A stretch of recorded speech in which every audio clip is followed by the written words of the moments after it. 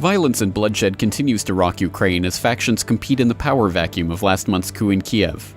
As the country struggles to find its way forward, however, it finds itself in the crosshairs of a NATO war agenda that has been unfolding for years. This is the GRTV feature interview with our special guest, Professor Michel Chossudovsky. So we have no military obligation here to defend Ukraine. And do you think there is a military option, even if we had an obligation? I'd love to tell you that there is, Andrea, but frankly, I do not see it. I'm glad to see our U.S. military naval presence in the Black Sea.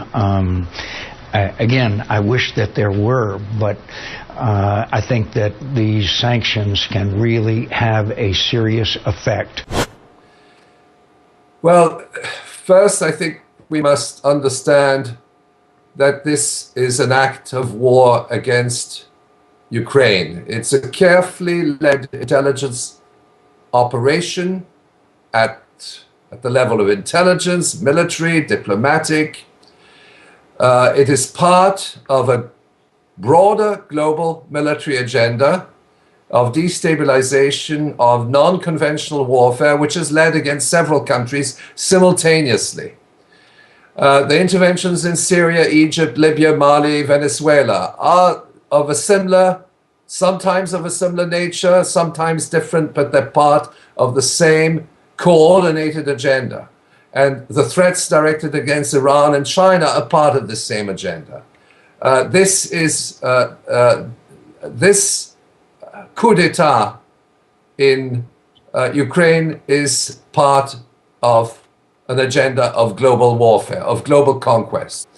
Now, we are dealing with of course, we're not dealing with a traditional coup d'etat, Pinochet style 1973. We're dealing with non-conventional forms of destabilization. But nonetheless, we must call things by their name. A regime change under these circumstances, where you start supporting neo-Nazi groups, is an act of warfare. It is an act of warfare, particularly when the lives of civilians are used to justify a political agenda. And with regard to Ukraine, I'm referring to the sniper fire of February 20, which we documented very carefully at the time, and which subsequently has been revealed to have been led by those who are presently in the coalition government. All the evidence shows that people who were killed by snipers from both sides, among policemen and people from the streets, that they were the same snipers killing people from both sides. Well, So that, and then she also showed me some photos. She said that has medical doctor. She can, say that it is the same handwriting, the same type of bullets, and it's really disturbing that now the new coalition, that they don't want to investigate what exactly happened, so that there is now stronger and stronger understanding that behind snipers it was not Yanukovych, but it was somebody from the new coalition. There's absolutely no doubt that these sniper fire shootings both on civilians as well as on police was a carefully engineered intelligence operation. They've been applied in many countries, and they're part of the toolbox of the U.S. Intelligence apparatus. It goes back to a well-known operation, which was called Operation Northwoods in the 1960s, which was never implemented, but it was an operation, a covert operation, which was under the auspices of the Joint Chiefs of Staff at the time, was to start killing people in the Miami community, Cuban community, and then blaming it on the Cuban government of Fidel Castro as a cooked up pretext to intervene militarily in Cuba. This Operation Northwoods was declassified, it's well known, and it's been extensively quoted. It's not known to the public, but essentially it lays the groundwork.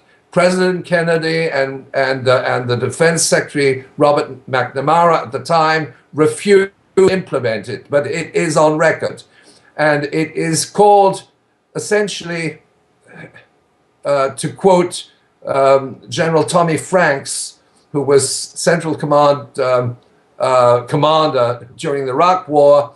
He uses the term massive casualty producing event. That term is a military concept. In other words, you go in, you kill civilians, and then you blame it on the government. Okay?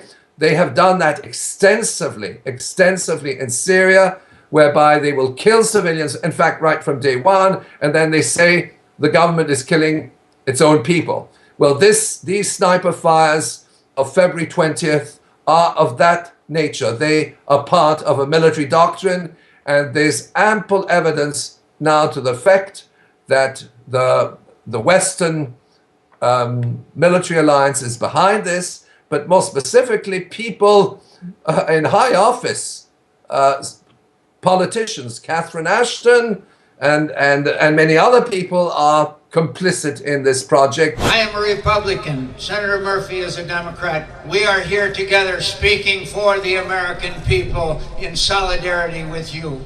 The people who have taken over the government are a bunch of thugs, and I don't use the word in a light way. We have neo-Nazis who are responsible for national security, defense. They oversee a very powerful national security and defense committee. They've put these neo-Nazi people in positions of authority, and we must also understand that this is the first neo-Nazi government, full-fledged neo-Nazi government installed in the post-World War II period. Now, the question we have to ask ourselves, this is a neo-Nazi party.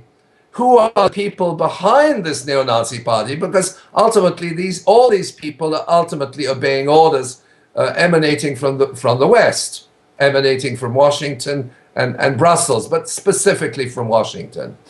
And we have to ask ourselves the very important question: are the architects of this neo-Nazi government, the people who have conspired to implement a neo-Nazi regime in Ukraine, are they neo-Nazis or are they neoliberals?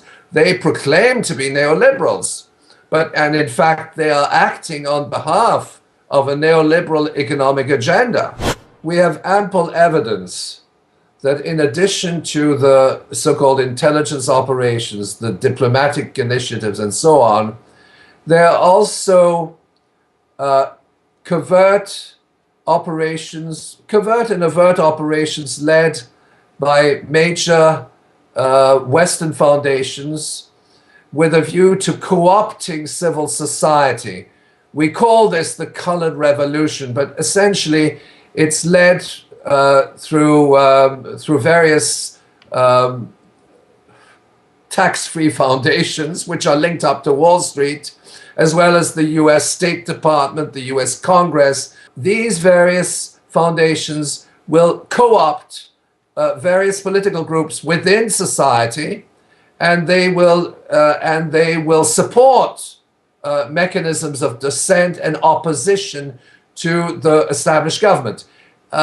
In turn, they may even, in some circumstances, also support a government and support the opposition to the government, so that they create conditions for dissent. This has been, I think, fairly well understood, but we must understand that that particular component of supporting NGOs, supporting particular political parties, but the neo-Nazi parties have been supported in this fashion, is part of a broader agenda. It's not something which is separate from decisions taken by US intelligence, by the military, at the diplomatic level, and at the level of the major financial institutions. There's a coordination. It may not be an explicit coordination, but all these things are implemented simultaneously, and the various forms of supporting, let's say,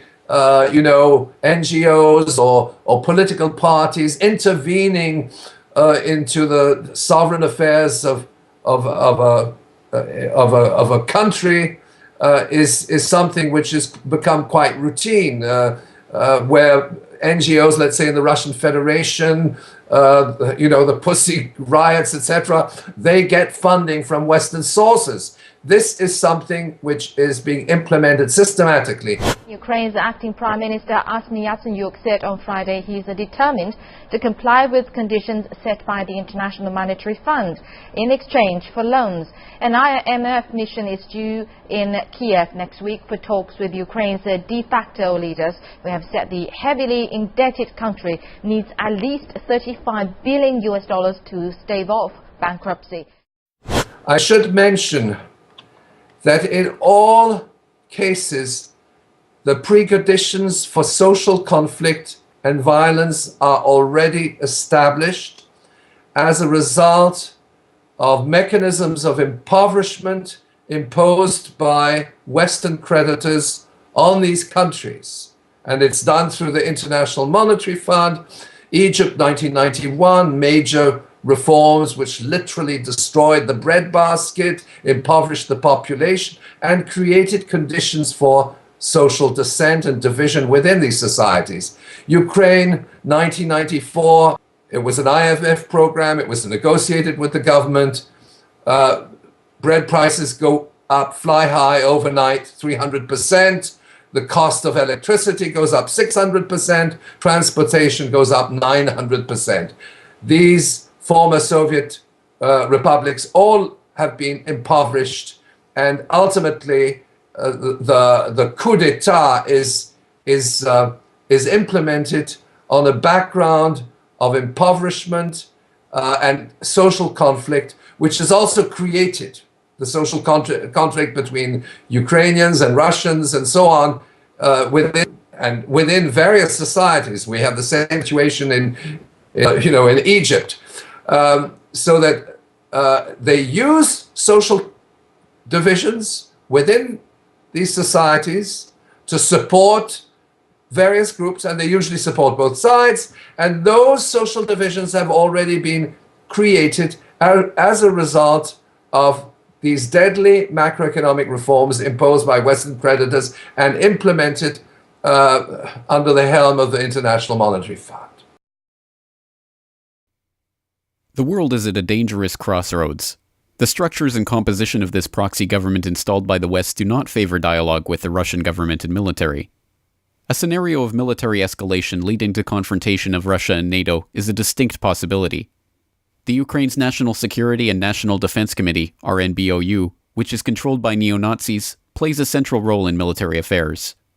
In the confrontation with Moscow, decisions taken by the RNBOU headed by neo-Nazi Andrei Paruby and his brown-shirt deputy Dmitry Yarosh, in consultation with Washington and Brussels, could potentially have devastating consequences.